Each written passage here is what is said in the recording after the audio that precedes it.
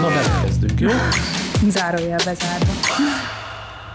Ma esti vendégünk Oltai Kata művészettörténész, akinek az életrajzával kezdem, szokás szerint a bemutatást, de mielőtt ebbe belekezdek, kérem önöket, hogy iratkozzanak fel csatornánkra, legyünk minél többen, nőjön a mi közösségünk. Tehát akkor Oltai Kata. 1979-ben Budapesten született, 41 éves művészettörténész, kurátor, édesanyja textiltervező, aki hosszú évekig az Iparművészeti Főiskolán tanított. Édesapja építészmérnök, aki várak és templomok műemlék védelmével foglalkozott egész életében. Oltai Kata művészettörténet, esztétika, francia szakra járt az egyetemen, jelenleg meglepő módon női szabászatot tanul egy szakközépiskolában, beszél angolul, franciául és németül. Az egyetem elvégzése után 2008-ban a Ludwig Kortárs Művészeti Múzeumba került, ahol kurátor lett, 4 év alatt 4 meghatározó kiállítást is rendezett. A Ludwig-beli felmondását követően 2015-ben a 8. kerületben konfekció néven ruhabutikot nyitott, majd ugyancsak a 8. kerületben a Rákóczi téren létrehozta és megnyitotta a Feri elnevezésű feminista non-profit galériáját, amit jelenleg is vezet és szervez, miközben új kihívásokon gondolkodik. Élettársa Nagy Zsolt színművész, az Örkény Színház tagja, közös gyerekük a 6 éves Janika, és pár nap múlva, tényleg pár nap múlva, szerintem 10 nap múlva születik kislányuk, Marika. Ma esti vendégem tehát Oltai Kata. Mielőtt elkezdjük a beszélgetést, támogatónk kér nem több mint 5 másodperces figyelmet. Az együtt töltött családi pillanatok és a műsor támogatója a kapszulás Dauegbert Somnia kávé. Na hát akkor itt vagyunk és elkezdjük. Hogy van mindenek előtt, Kata? Jól vagyok. Viharos dolog egyébként, és most nem is az, hogy a patetikus részére kitérjek, de az, hogy az ember növeszt egy másik emberi lényt magába, de közben azt érzi, hogy ugyanúgy szeretné csinálni azt, amit csinál, de nem tudja, mert nem kap levegőt, vagy éppen aludni akar. 48. Abszolút. Ez nagyon erősen meghatározta az elmúlt. De úgy általában jól viselte az elmúlt 9 hónapot? Igen, azt gondolom, nem készültünk arra, hogy legyen még egy gyerekünk, hogy hoppá, terhes vagyok, és akkor borul minden. Szóval, hogy akkor indult be igazán a második hullám ősszel. A koronavírus-járvány második hullám. Igen, szóval egy kicsit azért úgy ijesztő volt, hogy mert az emberben egy ebben a helyzetben jön egy új gyerek, igen. Sok a bizonytalanság, vagy sok volt a bizonytalanság. A konkrét helyzet, a világ alakulása, a világ megszűnése, és hogy ebbe akkor most tényleg beleküld az ember egy másik is emberi lényt, azért így sok minden. Mit kellett megfontolni, vagy mi járt a fejében ennek kapcsán? Az első gyerekemnél, a Jancsinál sokkal nehezebben vettem ezt, hogy lemondásként éltem meg mindent, mert egy kicsit azért ezt is sugallja a társadalmi, nem is tudom, jelenlétünk, hogy kimaradsz, hogy lemaradsz, hogy eltelnek napok, hónapok, akár évek, és akkor kimaradsz valamiből, ami egyébként nagyon gyorsan megy melletted. És akkor most hogy tudta ezt leküzdeni? Vagy mivel? Azt, hogy tudom, hogy nem maradok ki semmiből. Mert olyan a világ, azért nem marad ki, vagy azért, mert tudatosan ehhez a gondolathoz szoktatta magát, hogy fontosabb egy gyerek sem, mint azt mérlegelni, hogy kimaradok-e valamiből, vagy sem? A gyerek is, igen, tehát hogy van egy tehát jó belefeledkezni abba, hogy most akkor ez lesz, és akkor nem próbálok meg mást párhuzamosan csinálni, vagy ezt így eldöntöttem. Ez azt jelenti, hogy tudatosabb várandós lett? Nem gondolom. Nem, azért nem? Nem gondolom, de időről időre, és most az egybeesett azzal, hogy közben egy kisbabánk lesz, időről időre én kiszállok abból, amit éppen csinálok, akár egy nagyon sikeres ponton is, és valami mást kezdek el keresni. Azért, mert ráun, vagy azért, mert úgy gondolja, hogy sok mindent ki kell próbálni egy életben, és kevés az idő ahhoz, hogy mondjuk hosszú ideig belefeledkezzen ugyanabba a tevékenységben? Igen, azt gondolom, hogy ebbe a klasszikus lineáris karrierben nem hiszek. Tehát ez nekem mindig inkább unalmas volt a kiszámíthatósága miatt, vagy a könnyű lépcsőfokok miatt, tehát azt nagyon, bármilyen furán hangzik, de én azt fogom mondani, hogy nagyon könnyű építeni azt, hogyha valaki azokat a mondjuk ilyen szakmai lépcsőfokokat lépegeti meg, ott tudja, mit kell csinálni. Tehát, hogy most leegyszerűsítem nyilván, de hogy ez számomra kevésbé volt izgalmas, hogy valamit ilyen nagyon egyenes vonalú egyenletesen csinálja. Maga tehát elunja a biztonságot? Nem úgy fogalmaznék, hogy elunom, inkább úgy fogalmaznék, hogy a bizonytalanságot sokkal inspirálóbbnak tartom, illetve hát ezt is kevesen mondják így, hogy a bizonytalanságot sokkal inspirálóbbnak igen, és tartja. nagyon sok szinten, tehát akár egzisztenciálisan, akár szakmailag. Még egzisztenciálisan is a bizonytalanságot igen, előbbre valónak tartja?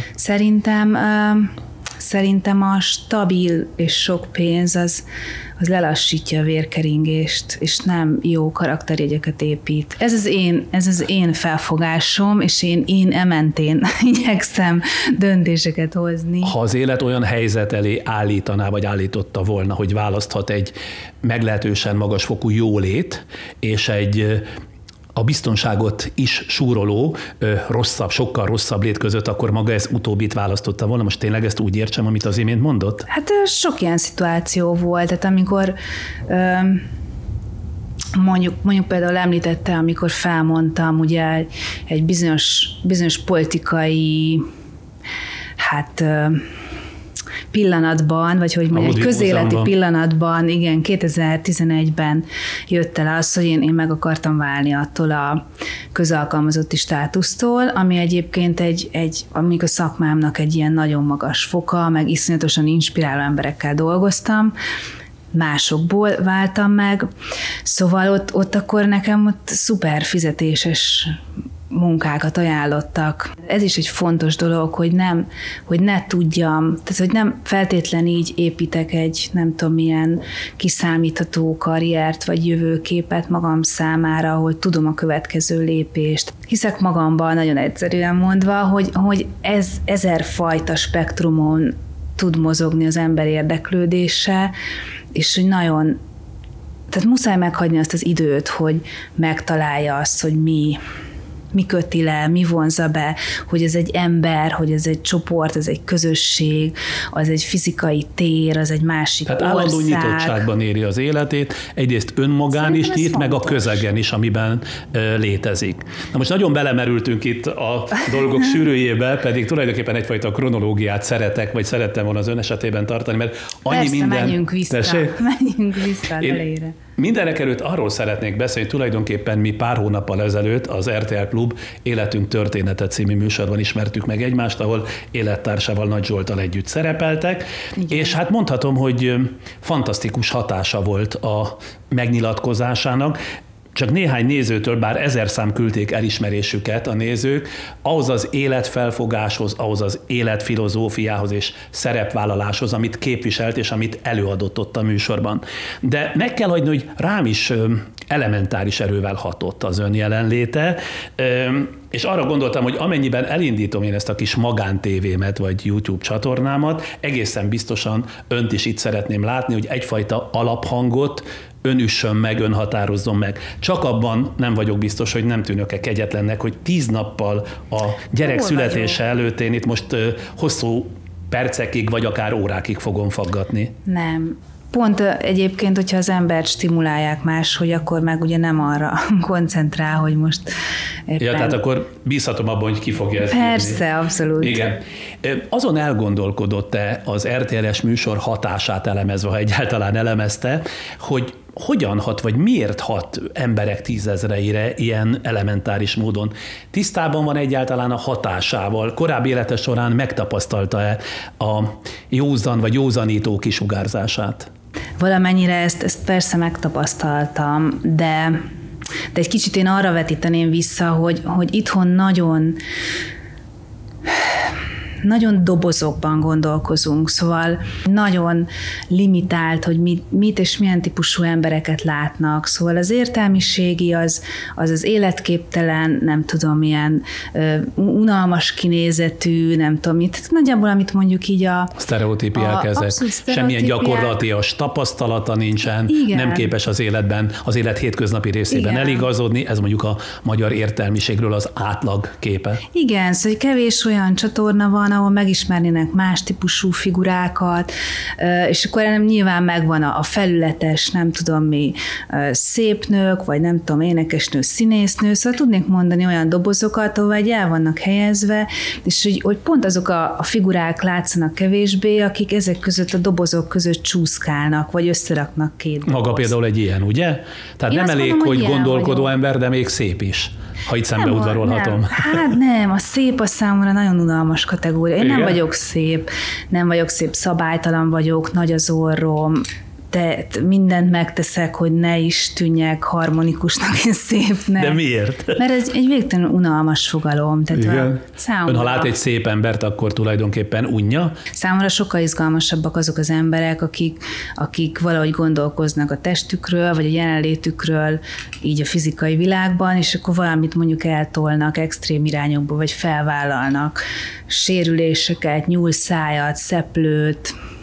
Ha fölvállalja, az ember nem el akarja tüntetni, nem kifejezetten igen, tehát megmutatja? minden, ami aszimmetrikus, így leegyszerűsíteném, az egy sokkal izgalmasabb kategória. Térjünk egy kicsit rá a gyerekkorára. Mennyire volt átlagos, vagy éppen átlagtól nagyon eltérő gyerek? Én ez utóbbira tippelek, de majd maga megmondja, hogy mi volt a helyzet. Nem harsány, hanem inkább csendes voltam, ráadásul ilyen szervező típus, de abból se mondom, aki ilyen nagyon nem ilyen megmondó figura. Tanulós voltam nagyon. Szeretett tanulni, ez azt jelenti? Nagyon, igen. Hát ilyet még nem is hallottam. Mi de a jó a tanulásban? Minden része. Ezt most álnaivan kérdezem, de azért mégiscsak valamennyire komolyan. Nagyon szerettem. Nekem így együtt jött egyrészt már az óvónénim, az is egy ilyen iszonyatosan meghatározó karakter volt, egy ilyen karizmatikus, szabadszájú nő, aki ráadásul nagyon sportos volt. És az ő egész jelensége az tulajdonképpen elég erős hatással volt arra, vicces, nem? Hogy 3 és 6 éves korom között már volt. Mintát lesett el ösztönösen is belőle, igen. ugye? Tehát ő nagyon meghatározta például azt a nőképemet, vagy azt, hogy egyáltalán... Az, hogy egy 3-4 éves gyereknek meghatározza a nőképét. Nagyon. Ahogyan kinézett a jelenlétével? Megvannak a mondatai, amiket mondok. Például? Hát az egyébként nagyon szabad szájú volt, úgyhogy... Ezeket itt most nem lehet idézni, hát ez egy olyan műsor, vagy hogy mondjam, olyan beszélgetés, hogy bármit. Inkább arra hegyezném ki, hogy szerintem iszonyatosan fontos az, hogy milyen tehát mi ez az emberi példa, ami akár ilyen egész fiatal korba elkapja az embert, és nekem például onnan jött a sport, ami ugye nagyon hamar versenysport lett, ami ugye elég... Milyen sportágban? Én atlétizáltam, 200-as futó voltam, és az mondjuk egy ilyen elég komoly, hát nem csak egy fizikai tréning, hanem ott van egy komoly mentális felkészültség. Ezt de mindenki, aki így úgy kapcsolatban volt sporttal, vagy pláne a versenysporttal, és mondjuk vannak bizonyos sportok, és szerintem az atlétika is ilyen, ahol ugye egyedül vagy, te vagy, aki megoldod azt a saját pályádon a feladatot. Én az voltam, hogy... Mi a jó a tanulásban? Tehát miért mondja, hogy szeretett tanulni? Ezt most másodszor mondja, de tényleg így van, így gondolja, hogy a legtöbb ember azt gondolja, hogy tanulni az egy kényszer. Én szerintem a legtöbb ember egészen biztos. Én magamról a saját nevemben is beszélhetek, hogy nagyon hosszú időbe került. Azt mondhatom, hogy az egyetem vége felé, vagy lehet, hogy az egyetem után jöttem rá arra, hogy mennyi mindent lehet a tudással és a tanulással, vagy fordítva a tanulással és a tudással kiküszöbölni. Tehát mennyi mindenre jó. Én azt gondolom, hogy a tudás önbizalmat ad. Tehát a legegyszerűbb definícióm ez lenne, hogy minden fajta dilemmára, önbizalomhiányra, személyes, megélt krízisekre, vagy egyszerűen annyira távoli jelenségekre, amiket meg nem lát, vagy nem fog soha látni az ember személyesen, mert nem jut oda földrajzilag mondjuk, vagy egy történelmi korszakban. Olyan sokfajta választ kap meg, ami végtelenül pallérozza, vagy gyarapítja azt, hogy egyszerűen hogy lát rá a világra. És ez miért jó, hogyha sokrétűen lát rá az ember a világra? Hát most szatirikusan azt is válaszolhatnám, hogy hozza majd a folyamatos kiábrándulást, és önkritikát, és kétségeket, de ez a folyamat része, tehát azt gondolom, hogy minden gondolkodási folyamat része az, hogy legyenek ilyen elbizonytalanító fázisok. De akkor ez nem jó, ez inkább rossz. De az életszemléletnek egy olyan könnyedségét adja, amiben bőven belefér az, hogy legyen benne elbizonytalanodás, vagy depresszív fázis, vagy ki hogy éli meg, mert tudod, hogy utána más jön, és hogy ez belőled fakad, és akkor innentől már nagyon könnyű eljutni oda, hogy tényleg az van, hogy az élet nem zajlik, hanem te valamiben benne vagy, amiből kivonódhatsz. Igen. És akkor itt visszakapcsolódok oda, hogy az, hogy most kivonódok egy időre, vagy abba hagyok egy sikeres munkát, egy olyan ponton, ahol senki nem hagyná abba. Gyerekszülés miatt. A gyerekszülés, vagy egy politikai szituáció miatt, az egyáltalán nem volna abból, hogy én utána mit fogok kezdeni, milyen szinten, hol, kikkel, mert egyszerűen attól függ, hogy én hogy akarom megélni ezt. Én tudtam, hogy kortárs művészettel akarok foglalkozni, a művészet történész. Honnan tudta, vagy miből tudta, milyen előzmények okán tudta? Hát mert hogy ez érdekel, tehát az, ami... Már középiskolában is? Igen. Nyilván ez így valahogy így a szüleim, vagy ez a társaság révén, szóval... Akik följártak önökhöz, vagy akikkel a szülei összejártak? Igen, meg hát nyilván mi szerintem valószínűleg többet jártunk múzeumokba, mint általában emberek, vagy családok, vagy gyerekek, vagy nem tudom, kamaszok, amit persze sokszor utáltunk, meg uncsi volt, de hogy ez is, látom, hogy ez is beépül, szóval, hogy ezt is jó, hogy csinálták anyáik, hogy vittek, mert beépült abszolút. Én a pázmányt választottam, ami akkor egy friss szak volt, de nagyon jó összetételű, és nagyon jó tanáraim voltak. Ott is végig eminens volt? Az egyetemen? Igen. Hát eminens. Azért nincs ezen mit szégyelni. Ez egy kimondottan ilyen elit történettudományos szak volt, ahol nagy elvárások voltak, és sokat kell teljesíteni, és nagy ilyen legendás szigorlatok, meg nem tudom mi, ami engem mindig motivált, engem sokszor. Tehát ez a versenysportból is jön, hogy amire mások azt mondják könnyen, hogy ezt megcsinálhatatlan, vagy lehetetlen, az annál jobban motiválja az embert. Múzeumi kurátornak lenni miféle fontosságtudatot kínál az embernek? Nem tudok ezzel a fogalommal mit kezdeni. Nem tudom. Fontosságtudatot, sok munkát, nagyon sok túlórát, éjszakázást, egyszerűen élvezi az ember azt a szellemi pezsgést. Elnézést, hogy a saját példámat hozom elő, de hirtelen ez jut az eszembe. Tehát mondjuk az én fontosságtudatom, ha ezt a kifejezést kölcsönözhetem, az, hogy valamilyen módon hatni az emberekre. Tehát egy önnel való beszélgetés, én abban bízom, hogy sok tekintetben kinyit pici kis ajtókat az emberben. Ha valaki kurátor, kiállításokat rendez, kiállításokat szervez, ugyancsak valamiféle elhivatottsággal kell, hogy rendelkezzen annak érdekében, hogy azokat úgy tudja olyan komplex módon megjeleníteni, azokat a gondolatokat, azokat a ötleteket, amelyek megfordulnak az ő fejében, vagy a múzeum vezetésével együtt a fejekben, amely aztán ad az embereknek valamit, amit hazavisznek. Én ilyen értelemben, és egyáltalán pejorálva kérdeztem ezt a fontosságtudatot, hogy kurátornak lenni miféle fontosságtudatot jelent.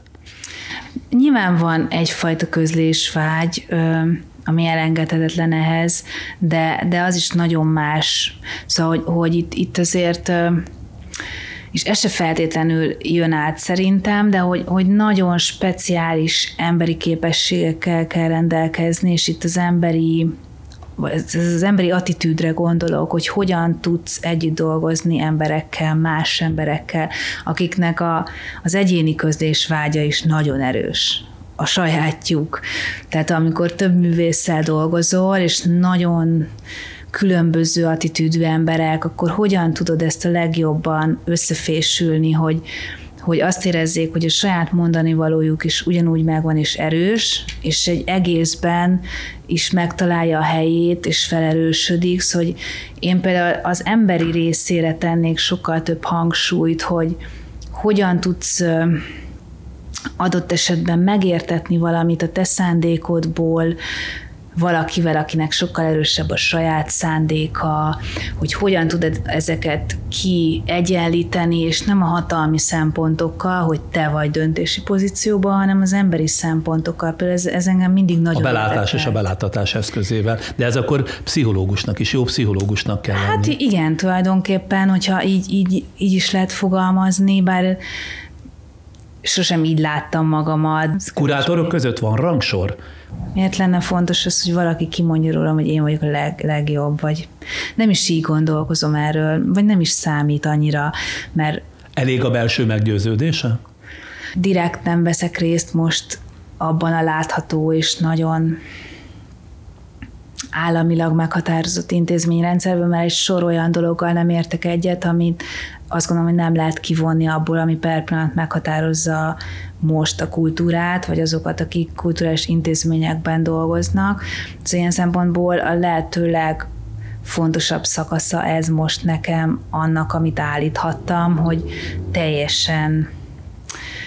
teljesen szabadon képviselhetek egy olyan meggyőződést, ami a sajátom. És ha ebben vannak társak, az szuper. Ha nem lesznek, akkor sem fog megbukni az én meggyőződésem. Még a Ludwighoz visszatérve és azt lezárva, ugye 4 lelkesedésben eltöltött év után úgy döntött, hogy otthagyja a múzeumot, hiszen ezzel tulajdonképpen feladott egy sima, hogy mondjam, karrierrel kecsegtető pályát is, vagy legalábbis azt a részét. Történt valami hirtelen, amitől elszakadt a cérnája, vagy csak fokozatosan erodálódott a komfortérzete? Azért 2010-11-ben egy olyan politikai fordulat jött be, ami nagyon hamar egyértelművé tette, hogy itt nem lesznek olyan területek. Legalábbis sokunk számára egyértelművé tette, hogy nem lesznek itt olyan területek, amiket nyom nélkül hagy. És hogyha megnézi... De mi ez konkrétan, ha mondaná, hogy beleszól a minisztérium, beleszól a politika, beleszól a kormány adott embere, mibe?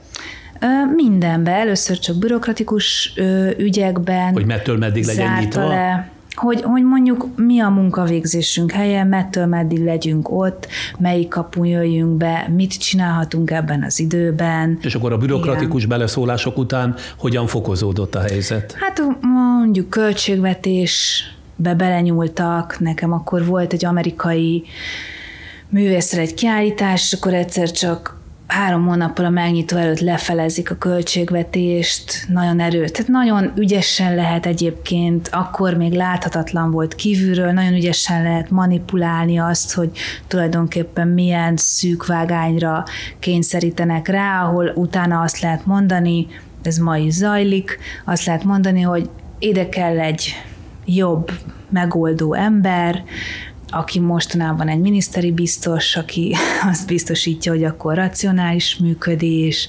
összevonás, stb.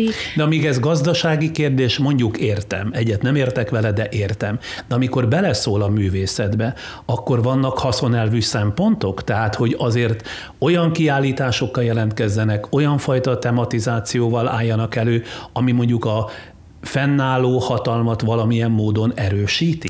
Hát szerintem ez most azért elég egyértelmű, például az, hogy az Erzsimold Lászlót kinevezik arra, hogy 3 olyan múzeumot valamilyen módon fabrikáljon össze, amelyik az emlékezetpolitikát jobban szolgálja. Melyik emlékezetpolitikát?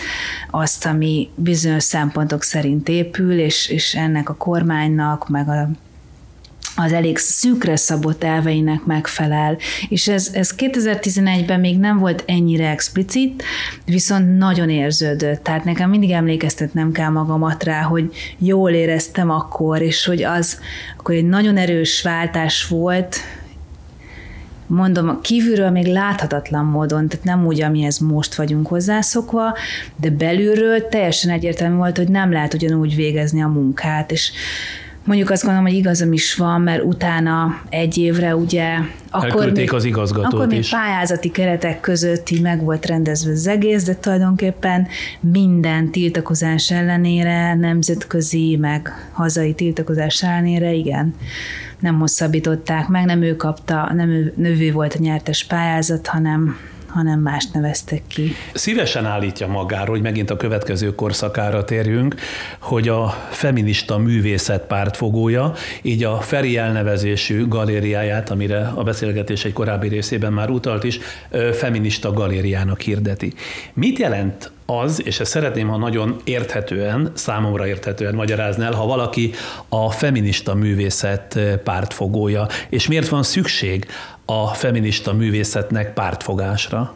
Én akkor 2015-ben, amikor így megfogalmazódott, hogy szeretnék egy non-profit helyet csinálni, ez egy fontos dolog volt. Tehát ebben is van egy nagyon erős állítás, hogy nem az ilyen képviseleti, kereskedelmi, galériás rendszerbe akarok részt venni, hanem egy olyan helyet létrehozni, ami projekteket képvisel, ami nagyon gyorsan tud reagálni a adott esetben közéleti kérdésekre, egy sor olyan dologra, tehát ezek a projekt helyszínek, ennek a tulajdonsága az, hogy sokkal intenzívebben tudnak lüktetni, mint mondjuk egy másfél éves előre meghatározott programmal ezek Ezt értem, igen.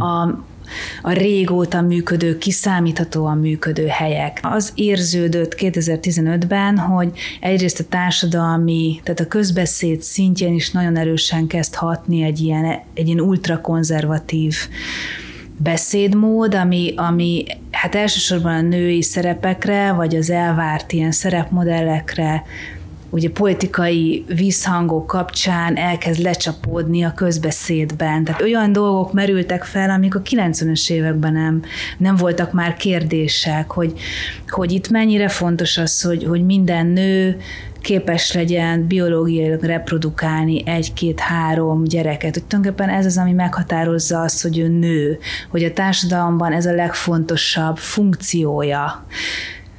És akkor itt lehetne folytatni nagyon hosszan, hogy mi minden érződött, ami elkezd működni a társadalmi gondolkodás szintjén. Tehát nem vesznek fel olyan hallgatókat, nem csinálnak olyan kiállításokat, ki kell hagyni azt a szót, hogy identitás. Tehát, hogy ez nagyon erősen elkezdett működni, ez meghatározza, hogy milyen munkák jönnek létre, hogy mi lesz látod, hol lesz helye valaminek. Tehát hiába... Egy képzőművész nem annyira szabad, hogy nem. Ettől függetleníti magát? Nem, mert... Hatnak rá is előbb-utóbb?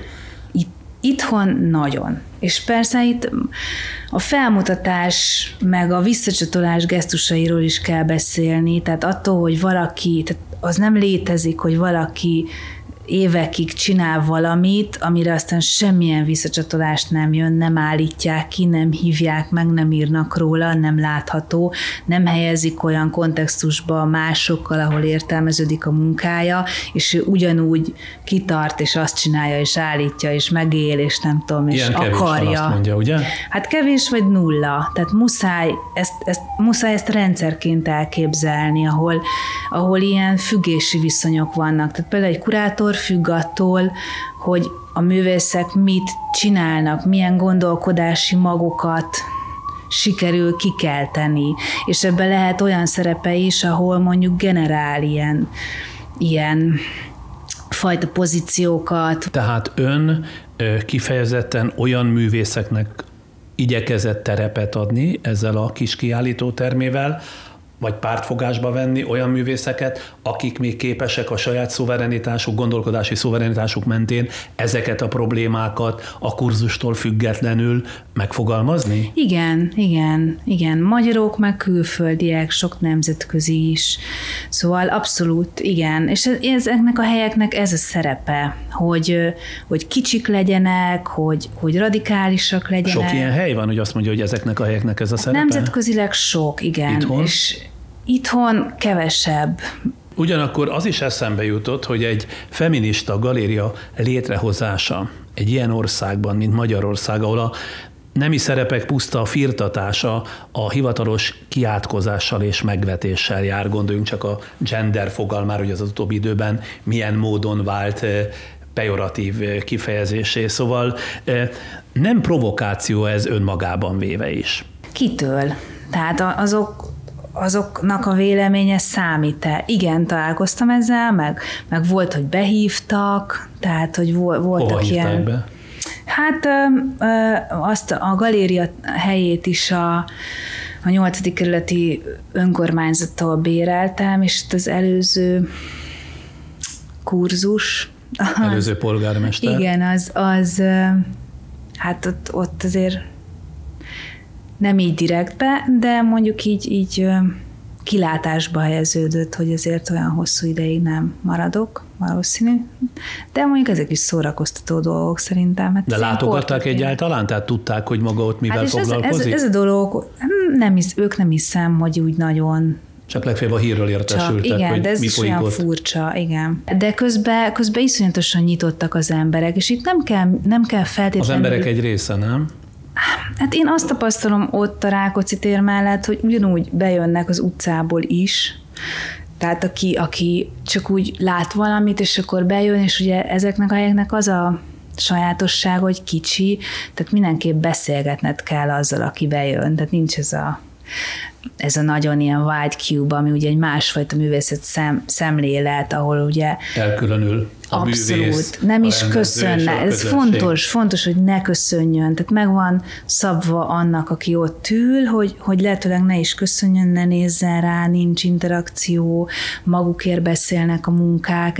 Ez is egy fontos, ez így áll. Jó, de hadd térjek vissza még erre a személyes dologra, mert ez érdekel. Ezeknek az idézőjelben provokációknak a következményeitől ön soha nem tartott? Hát mi lehetnek a legrosszabb következménye? Az, hogy nem azt csinálom, ami a meggyőződésem. Szerintem ez a legrosszabb következménye. Ha úgy teszi fel a kérdést, hogy vesztettem egy sor dolgot, egzisztenciálisan, vagy nem tudom, kurátori pozícióban, akkor igen, abszolút. Tehát kivonódtam, kiírtam magam, de nem feltétlenül feminista meggyőződésből, hanem inkább abból, hogy elég nyíltam kommunikálok a közéleti relációiról, vagy összefüggéseiről a mi szakmánknak is, tehát amiről így igyekeznek egy kicsit, ami tényleg így megfogyasztja a levegőt sokszor, inkább emiatt gondolom, ami kellemetlen, de szerintem meg fontos része. Miért éppen a 8. kerületet, ráadásul a Rákóczi teret választotta a kiállítóhelység helyszínéül? Hát ott már egyrészt két aspektus volt egy barátnőm hatása, aki így tulajdonképpen ráébresztett, hogy tényleg sokkal kiebb kell gondolkozni, és akkor menjünk a 8. kerületbe nézegetni egyszerűen utcákat, hogy mi szimpatikus, és akkor így nagyon hamar összekapcsolódott azzal, hogy Rákóczi térnek van egy ilyen stigmája, vagy egy ilyen rossz húzata, vagy ilyen félig rossz, félig misztikus húzata, ami a prostitúcióval kapcsolja össze, ez tulajdonképpen a mai napig nem kezdett vele semmit, sajnos, ez is egyébként egy ilyen szívfájdalmam. Tehát az, hogy van egy ilyen koncentrált helye annak, ami az én szempontomból egy elég komoly, és megoldatlan kérdés a nőkkel szembeni elnyomás viszonylatában, ott még nagyon adta magát, hogy akkor mellé tegyek, és tényleg ott a Német utcában ott már 10 méterre van ez a hely. Na most feminista projektgalériát nyitni ott, tehát a Rákóczi téren, ahol a legtöbben, gondolom én, olyanok élnek, akik nem engedhetik meg maguknak azt a luxust, hogy eszményeik legyenek. Ők például bemennek és szembesülnek azzal, amiket ön ott kiállít? Egyszerűen megválaszolva, igen. Szóval ami nekem a legüdítőbb, és ami legjobban hiányzott előtte, az ez a fajta kíváncsiság és ilyen emberi nyitottság, amit én ott tapasztaltam, amióta ott vagyok, és van a 2 helyen, mind a 2 utcára nyíló. Mind a butik, mind a galéria. Igen, és nagyon szeretem azt, nagyon sok ismerősöm lett, barátom, nagyon sok mindenben számíthatok azonnal ott emberekre, meg tudom, hogy kihez forduljak. Milyen értelemben? Hát bármi, tehát mondjuk egy slaghosszabbító kell, vagy valaki, aki hozzon egy, nem tudom milyen, mondjuk múltkor volt egy falszakaszt meg kellett csinálni, akkor az fél nap alatt megoldódik, vagy egy óra alatt. Vagy szóval, hogy iszonyatosan nagy a nyitottság, amit szerintem Budapesten, legalábbis én nem tapasztalod máshol. Ugye most 6 éve vagyok ott, szóval, hogy ez már nem egy ilyen helyes rácsodálkozással kívülállónak, hanem egyszerűen én ott jól érzem magam, és tényleg más egyszerűen az emberek viselkedése, és bejönnek, mert most a legutolsó kiállítás, ahol 5 idős nőnek az élettörténete, meg a családtörténete volt feldolgozva, hogy milyen traumák. Nem, de itt mindenki számára érthető családsorsok, meg ilyen tipikus ilyen 20. század második fele családtörténetek, női sorsok,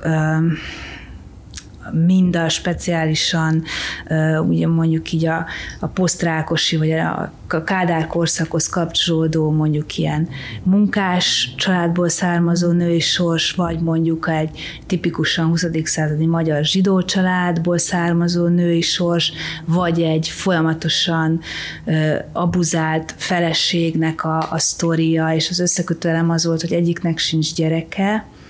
Tehát amit a bíró Eszter megcsinált, hogy belehelyezkedett így az unoka szerepébe, és összegyűjtötte ezeket a tulajdonképpen elvesző történeteket. Ez is egy olyan felmutatás, hogy mondjuk számít 5 idős nőnek a története, ami nem feltétlenül férne bele másfajta elbeszélésekbe, vagy nem az a fajta nagyon erősen képzőművészeti felmutatás, ami miatt mondjuk például műkereskedelmileg ez izgalmas lehet, viszont egy elképesztően fontos állítás szerintem, amit kulturálisan meg kell tenni, és mondjuk ilyen vizuális, vagy ilyen vizualitáshoz nagyon könnyen tud kapcsolódni az is, akinek semmilyen, vagy nem is, vagy úgy lép be egy kiállító térbe, hogy jaj, én itt nem értek semmit. De bemernek jönni? Ez itt a Persze. kérdés. Tehát jönnek, sokaság jön, igen. Van véleményük róla. Egyáltalán az ön számára kiderül, pont azért, mert ilyen közvetlen a kapcsolat, hogy ők mit gondolnak akár adott kiállításról, vagy mit gondolnak az országról, a világról?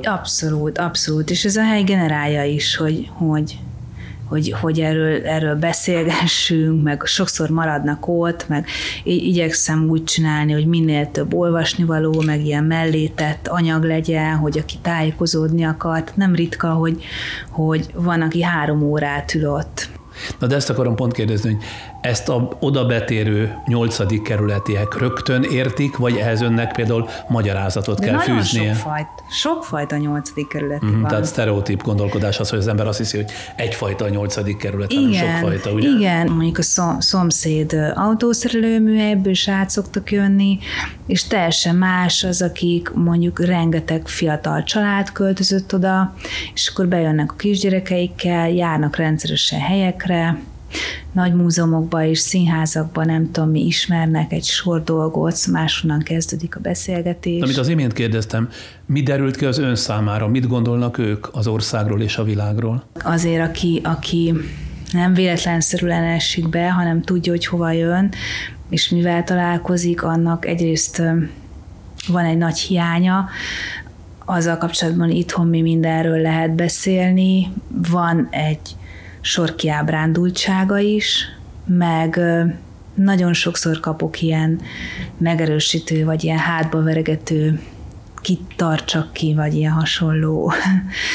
megerősítéseket. Ugye azt jól látom, vagy jól gondolom, hogy ön voltaképpen ezzel a Feri kiállítóteremmel, meg a Konfekció nevű butikkal létrehozott önmagának egy alternatív világot, amit be tud lakni. De miért nem inkább a valódit próbálja megváltoztatni, hiszen abban, hogy a művészetnek van létjogosultsága, e tekintetben meggyőzött, hogy igen. Ha kritikus és önkritikus, miért szállt ki a dologból, és miért inkább a saját szigetét hozta létre? Szóval azt sokszor megtapasztaltam, és ilyen szempontból nem hiszek már abban, hogy lesz ilyen típusú változás, hogy nagyon sokan, nem tudom, biztosítanak arról, hogy ugyanígy gondolják, meg így, meg úgy lesz, nem tudom, és akkor amikor roham van, akkor te elindulsz, és akkor hátranézel, és mindenki köti a cipőjét.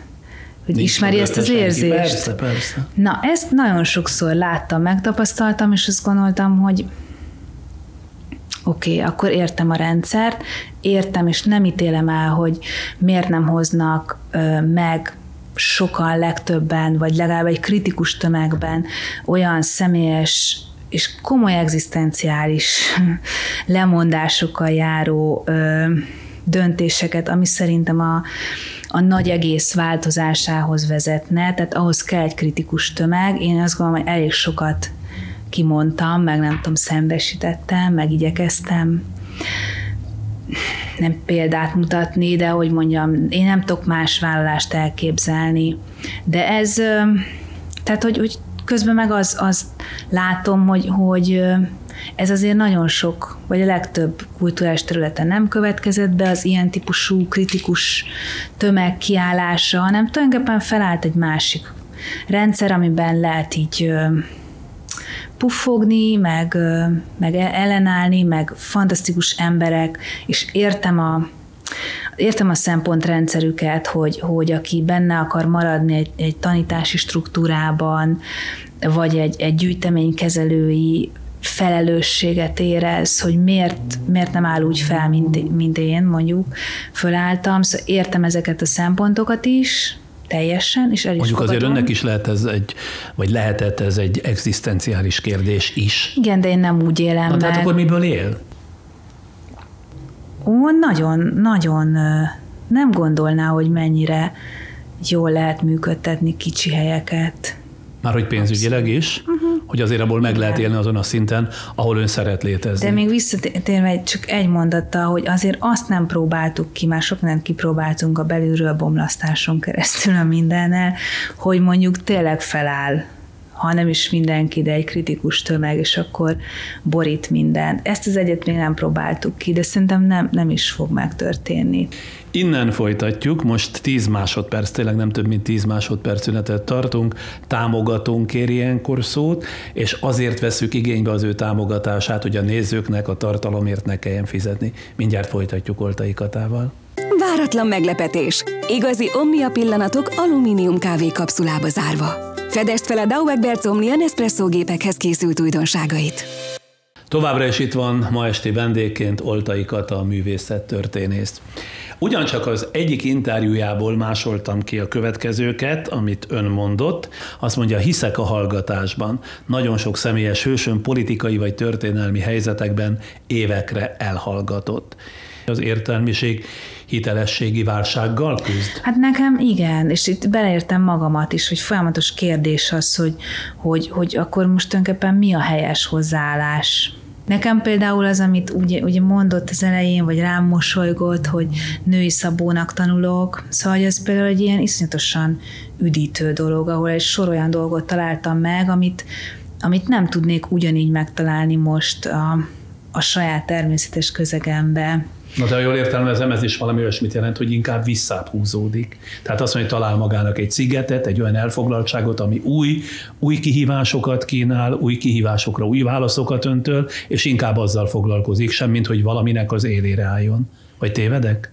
Hát ez inkább párhuzamosan mennek, de mondom, ez az élére állás, tehát hogy ez egy olyan sikamlós dolog. Mondjuk itt van szerintem egy nagyon eklatáns és nagyon szemléletes példa, nekem nagyon fájdalmas, és szerintem nem is igazán fogjuk még fel, hogy milyen komoly következménye lesz. Ez az egyetemi modellváltások tulajdonképpen végzongorázása, ahol mondjuk számomra érthetetlen módon nem volt semmilyen gyűrűző hatása annak, amit a színművészetén csináltak, se csirájában, se semmilyen. Tehát, hogy egy napos sztrájk, egy 5 napos sztrájk, egy több hónapos... A többi egyetem részéről, ugye? A többi egyetem például? részéről, igen, aki sőt, egyrészt hát érintett volt. Abba, hogy igen. A modellt váltsák anélkül, hogy különösebb ellenállást kifejtettek igen. volna. Igen, nagyon sok ilyen büszkén, és nem láttam, és tényleg nagyon értelmes emberek, kollégáimnak nevezem, vagy szóval nyilván az ember egy szakmába tartozik, akkor szívesen nevez kollégáinak hasonlóan gondolkodó embereket. Szóval, hogy nem borították az asztalt, és ez szerintem de ön kiállt, vagy ön például valamit tett ennek érdekében? Mert most az önrelációjáról beszélünk. Hát én annál többet nem tudtam az én 16 négyzetméteres független Rákóczi-téri pozíciómból, hogy őrt álltam, kint voltunk a tüntetéseken. Igen? Igen, az egy tilos rádiós szerepvállalás volt, hogy elvállaltam ja, most... Tilos rádióban is műsort vezet, igen, ugye? Hogy elvállaltam ott is ezt most... szóba hozta? Persze. Az egy nagyon, nagyon más közeg, igen. Ott nagyon nyíltan megy. Meg elvállaltam egy fél évet tanítani, az egy ilyen társadalmi munka. Az SZFE alapítványnál?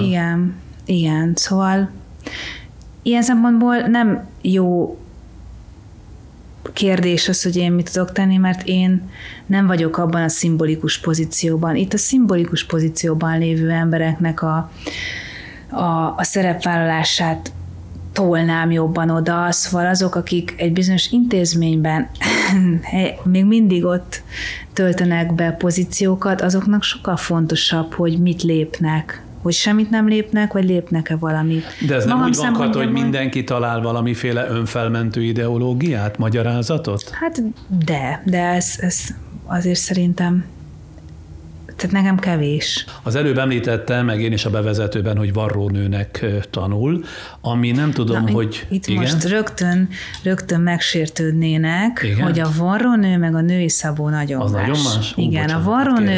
Minden varrónőtől és női szabótól. A varrónő kész elemekből állít össze valamit, a női szabó az tervez, modellez, szabás mintát készít. Igen. A kérdésem mégiscsak az, vagy a kérdésem lényege, hogy tudna ön női szabóként, pusztán női szabóként boldogan élni? Igen, abszolút.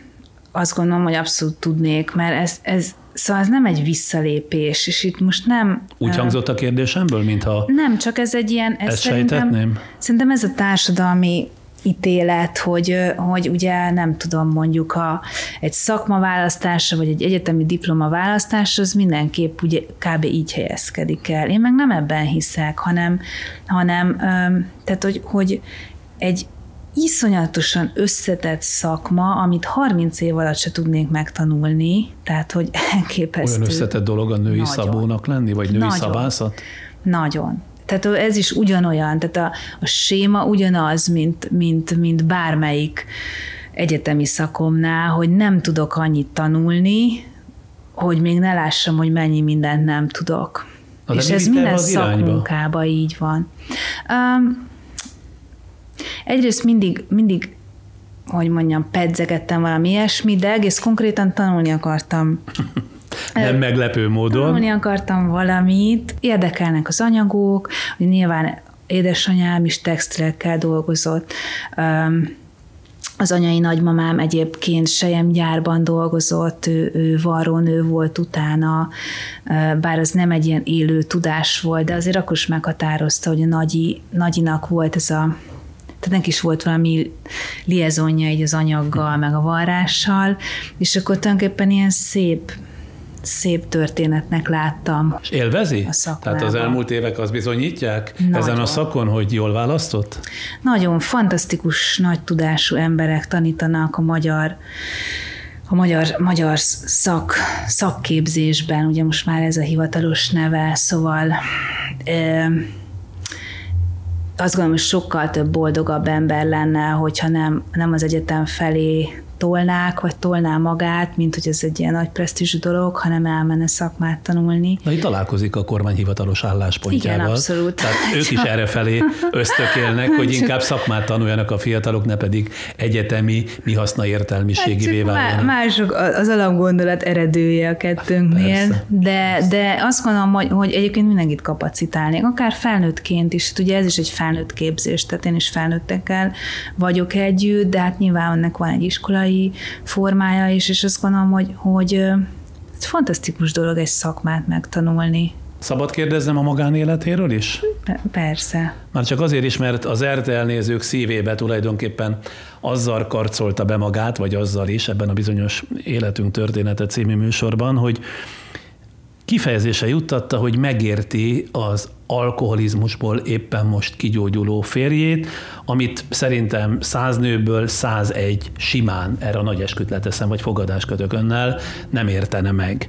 Ön mit gondol másképp az ilyen helyzetről, a férfiról, aki szenvedélybeteg és önerőből mondjuk nem képes kigyógyulni? Hát egyrészt azt gondolom, hogy ez egy sokkal általánosabb jelenség, mint ahogy ezt kezeljük, vagy bevalljuk társadalmi, vagy egyéni szinten. Ez egy nagyon fontos dolog. Az is egy fontos dolog, és talán ezt ott is mondtam, hogy az a közeg, amiben mi mozgunk, ott gyakorlatilag ez egy elvárt stressz, probléma, nem tudom, a művész közegről beszél. Igen, feszültségkezelési eszköztár. Tehát benne van, és még hogy mondjam, a mindenféle rituálék szintjén is benne van abban, hogy ez része a munkának, az életnek, mindennek.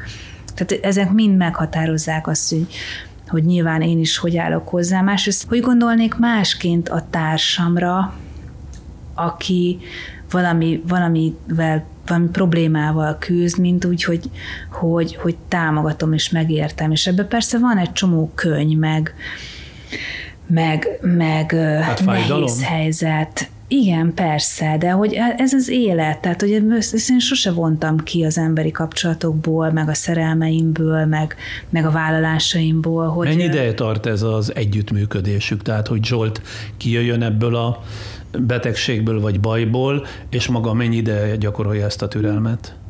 Hát ez egy folyamat, és mondom, hogy nem is, szóval itt mindenki valószínűleg ilyen szélsőségesen képzeli el, mert sajnos ezek a képek, hogy az az alkoholista, aki nem tudom, eszméletlenül fekszik a földön, az, aki minden nap megiszik egy sört, az nem tartja a társadalom alkoholistának. Szóval azért nagyon más, meg hát nekünk is azért egyrészt így volt, vagy van egy ilyen rock and roll életformánk is, tehát egyrészt a közegünk, a zeneízlésünk, a nem tudom mi, tehát hogy azért ez egy sokkal meghatározhatatlanabb dolog. Az viszont egyértelmű, hogy neki ez mással vált igazán problémává, és ez pedig nem maga az alkohol elfogyasztása, hanem mondjuk egy olyan életkori szakasz, ahol elkezdett szembenézni azzal, hogy mi volt a gyerekkorában tényleg, vagy mi a viszonya az édesapjához. Tehát, hogy tulajdonképpen ez generálta azt, hogy mondjuk egy ilyen szerrel vagy eszközzel, mint az alkohol, nem tudott az ő megfogalmazása, meg érzése szerint úgy bánni, vagy szóval, és itt inkább az, hogy a problémával nem tudott mit bánni, az, hogy ennek egy ilyen menekülő útja, mondjuk az alkohol néha, az kikerülése annak, hogy megoldja azt az ügyet, szóval itt inkább azt gondolom, hogy ez egy kicsit ilyen fordított eset. És igaz lelkére mondja, hogy soha nem veszített el ezzel kapcsolatosan a türelmét, a vele kapcsolatos türelmét? Nem. Abszolút nem változtatott a viselkedésén. Őt kezdte el zavarni, hogy ezzel valami olyasmit homályosít el, amivel nem akar szembenézni. De erre maga ébresztette rá? Nagy szerepem volt benne, igen. Önmagában már az is kérdéseket felvet, hogy miközben ön ugye egy született budapesti belvárosi értelmiségi családból jön, talál magának egy szabolcs-szatmári, kisfaluból származó parasztfiút, aki első látásra legalábbis ilyen szögletesnek vagy nyersnek tűnik, ahhoz a finomsághoz képest, amilyen, vagy ahhoz a toleranciához képest, amit ön képvisel. Nyilván azt értem, hogy elsőre a férfira, de másodjára esetleg abba a kihívásba szeret bele, amit ez a társadalmi különbség jelentett? Szerintem nincs köztünk különbség. És ezt önmagában a származás, a honnan jön az egyik, honnan jön a másik, az azért hatalmas különbséget mutat, és ezzel nem sorolom egyiket a másik alá vagy fölé. Értem, abszolút, de én nem látok ekkora meghatározó erőt a származásban. És akkor megint ugyanazt tudom elmondani, mint a széppel vagy a kinézettel kapcsolatban, hogy sokkal többre értékelem azt, hogy valaki mit hoz ki magából, mennyit dolgozott magán, és ilyen szempontból például az édesanyám is első generációs értelmiségi volt, és az ő mérhetetlen intelligenciája és tudásvágya és állandó menetelése, szóval egy fáradhatatlan ember. Ilyen szempontból nem gondolom, hogy ő kevesebb lenne, mint mondjuk az édesapám sok generációs diplomás, és nem tudom, több nyelvet beszélő, és nem tudom, milyen családja. Tehát a kihívás ön számára nem volt kérdés? Nem volt kihívás. Tehát a Zsoltnak is egy olyan mérhetetlen érzékenysége és érzéke van az élethez, és olyan sok dolgokban sokkal tájékozottabb, mint én, de persze ezt így nem látja, meg nem ismeri el. Hát olyannyira, hogy ebben az RTL-es műsorban valami olyasmit mondott Zsolt, hogy intellektuális értelemben nagyon kell kapaszkodnia ön után. Igen, ezt mindig mondom, hogy nincs így, de... De ha ő úgy érzi, akkor mégiscsak valamennyire ez jellemzi a kapcsolatukat, nem?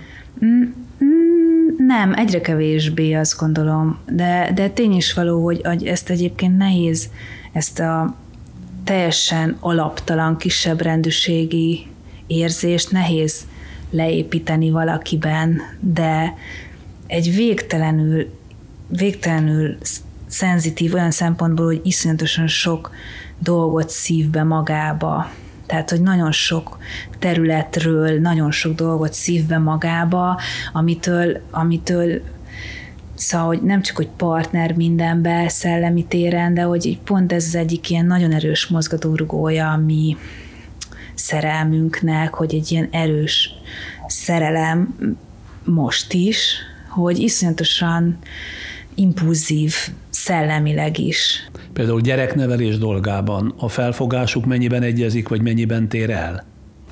Most érdekes lesz majd egy kislánnyal, hogy ez ugye hogy változtatja meg akár őt, vagy miben lesz más, de nekünk nagyon, tehát hogy egyrészt nekem volt ez a hitem és elképzelésem, hogy egyrészt van a mi társas kapcsolatunk, meg egy ilyen fontos kettősünk, és hogy mondjuk ugyanúgy, ahogy én nagyon kutyás vagyok, ugyanúgy, hogy a kutyákra gondolok, hogy van egy ilyen falka, ami nagyon összetartó, de aki utoljára jön a falkába, az alkalmazkodik, és ez egy nagyon egészséges rendszer, és hogy mondjuk a gyerek, a Jancsival is ez volt, hogy nekünk ne változzon meg az életünk gyökerestől, vagy nem kezdtünk el gagyogni, nem rendeztük el át a lakásunkat, nem az lett, hogy nem tudom, 7:30 altatás, és akkor onnantól, tehát hogy az apja 10-ig a színpadon van, én meg ugyanúgy élek még este, akkor nem neveltjük úgy, hogy tehát nem változhat minden. Szóval a gyerek jött utoljára a falkába, ő alkalmazkodott hozzánk, csodálatosan működik. Úgyhogy azt gondolom, hogy nincsen, eddig nem jött ki nagyon különbség. Nekem az is nagyon tetszik, hogy például a tekintetben sem ültek fel a kor vonatára, hogy ilyen nagyon divatos keresztneveket adtak volna a gyereknek, hanem a kisfiú János, Jancsika, a mindjárt születendő kislány pedig Marikának fogják hívni. Igen, de szerintem nagyon szép név a Mária. De ma már, hát nem is tudom, hogy adnak-e ilyen nevet. Nekem nagyon tetszik, félreértsen én ettől a sok nem akarok most keresztneveket mondani, mert minden érintett megharagudna rám a szóba, de megőrülök, hogy miért nem lehet ezeket a szép egykori neveket adni. Igen. Tehát én nagyon önökkel vagyok e tekintetben. Szerintem szép, meg hogy iszonyatosan sokkal nagyobb a variánsa, hogy utána ő majd hogy akarja, hogy őt szólítsák. De ugye jól értem, vagy jól érzem, hogy ez nagyon tudatos. Hát persze, hogy lehetne másképpen, mint nagyon tudatosan mindketten, és mindketten egyébként ehhez ragaszkodtak, hogy ilyen hagyományos régi keresztnevet adjanak a gyerekeknek? Igen. Nekem még a Rózsika is nagyon tetszett, Rózsa, mennyire szép, nem? Rózsika. De szép, igen. Meg nekem nagyon tetszik a Zsoltnak ezzel a nagy, tehát ez, hogy Nagy János, meg Nagy Mari, tehát én nagyon szeretem ezt az ilyen teljesen basic. Az miből adódik, most így a beszélgetés vége felé hadd kérdezzem meg, hogy ilyen pozitív életszemléletű, ma annyira a negativizmus a divat, tehát mindent leszólni, mindent lekicsinyelni, mindenről inkább rossz véleménnyel lenni. Maga meg úgy tűnik számomra, és ez a beszélgetés nagymértékben ezt erősítette meg, hogy olyan pozitív életszemlélet, ez hozza az ember otthonról, vagy menet közben is képes erre folyamatosan, tudatosan ránevelni önmagát? Hiszek abban, hogy azért mindenkiben van egy alapattitűd, amivel születik, szóval nem szeretném lekicsinyelni, de azt gondolom, hogy pont azért, mert nagyon hiszek abban, hogy mi lehet kihozni, vagy fejleszteni, hogy ezek tudatos gesztusok. Én azt gondolom, hogy nekem is megvolt ez a döntés, hogy hogyan akarom élni az életet. Hogy én abba hiszek, hogy ez az egy élet van, tehát, hogy megszülettem, meghalok, ennek van egy eleje, vége, ez így áll föl, és akkor ebben én eldöntöttem, hogy ezt hogy akarom élni, mennyire befolyásol, micsoda, hol találom meg azokat, ahol vissza tudom rántani magamat, és nekem ez egy tudatos döntés volt, hogy nem dédelgetek sérelmeket, hogy nem, hogy de amikor ér egy sérelem, akkor hogyan tudja ezt leküzdeni? Hogyan tudja feldolgozni? Rögtön megy? Rögtön tudatosan hat arra, hogy ezt ne engedje befelé hatni? Hát legalábbis foglalkozom vele. Tehát, hogy nem próbálom meg, kizárni. Meg beleállok, azt gondolom, hogy szerintem ez is egy fontos része, de ez is, egy bizonyos belátással jön meg talán, vagy egy fázis, amit át kell lépni, hogy beleállok konfliktusokba, beszélgetésekbe, vagy olyan helyzetekbe, amiket esetleg emberek elhúznának évekig. Ön szerint hogyan kell úgy élni, hogy az ember jóba legyen önmagával? Én, aki egy önérzetes embernek tartom magamat, arra például tök büszke vagyok, hogy nem lehet haragban maradni velem. Tehát, hogy annyira azonnal kisimítom, és ez tökre hat az emberekre egyébként, tehát például Zsoltra is nagyon hatott, hogy ez így felszabadítólag hat, egy ilyen ember van a környezetedben, hogy átveszed ugyanezt, hogy nem becsukod az ajtót egy napra, hanem tényleg tulajdonképpen most mi értelme? Kozmológiában hisznek emberek, és akinek mondjuk van egy istenhite, az is máshogy gondolkozik. Nekem nem istenhitem van, és sokkal pragmatikusabb hiszek abban, hogy az egyénnek milyen ereje van, vagy hatása, vagy fontossága, és milyen felelőssége. Én ebbe hiszek, szóval nekem könnyebb azt mondani, hogy itt van, amit én tehetek meg. Aki mondjuk ezt kihelyezi más szempontra, és legyen az Isten, vagy bármi más, ott már azért nehezebb ezt a fajta szabadságot elérni szerintem. Szóval ezért nincs általános recept, azt gondolom, de azt szerintem egy csodálatos dolog, hogy a jelenségek azok úgy tűnnek fel, hogy mi nézzünk rájuk. Szóval ilyen szempontból minden adott, hogy bárki boldog legyen minden szituációban. Köszönöm szépen, hogy a ma estét nekünk szentelte. Sokat tanultunk. Szokták ezt mondani ilyen ügyetlen fordulatként riporterek, de most én is kölcsönzöm. Sokat tanultunk ebből a beszélgetésből, vagy legalábbis remélem. És akkor ilyenkor mit illik kívánni? Könnyű szülést? Hát nem tudom, csak ne gratuláljon. Hát hiszen az még olyan nincs nehéz mit kezdeni, hogy igen, már a terhesség. Nem gratulálok, de könnyű szülést kívánok. Köszönöm. Köszönöm szépen. Ma este Oltai Kata művészettörténész volt a podcast vendége. Kérem szépen ismételten, hogy iratkozzanak fel, akkor is, ha tetszett, meg akkor is, ha nem. Ez utóbbi esetben nyilván én vagyok a hibás, úgyhogy magamra vállalom, és akkor a jövő héten csütörtökön egy újabb vendéggel este 8 órakor megint itt leszünk. Viszlát!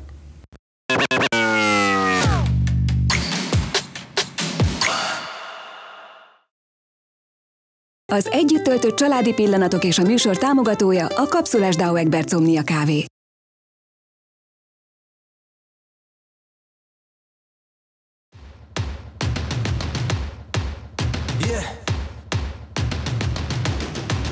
I'm ready to play now. Put me in the game now. I came here to prove it. I'm ready to do it. I can't be afraid now.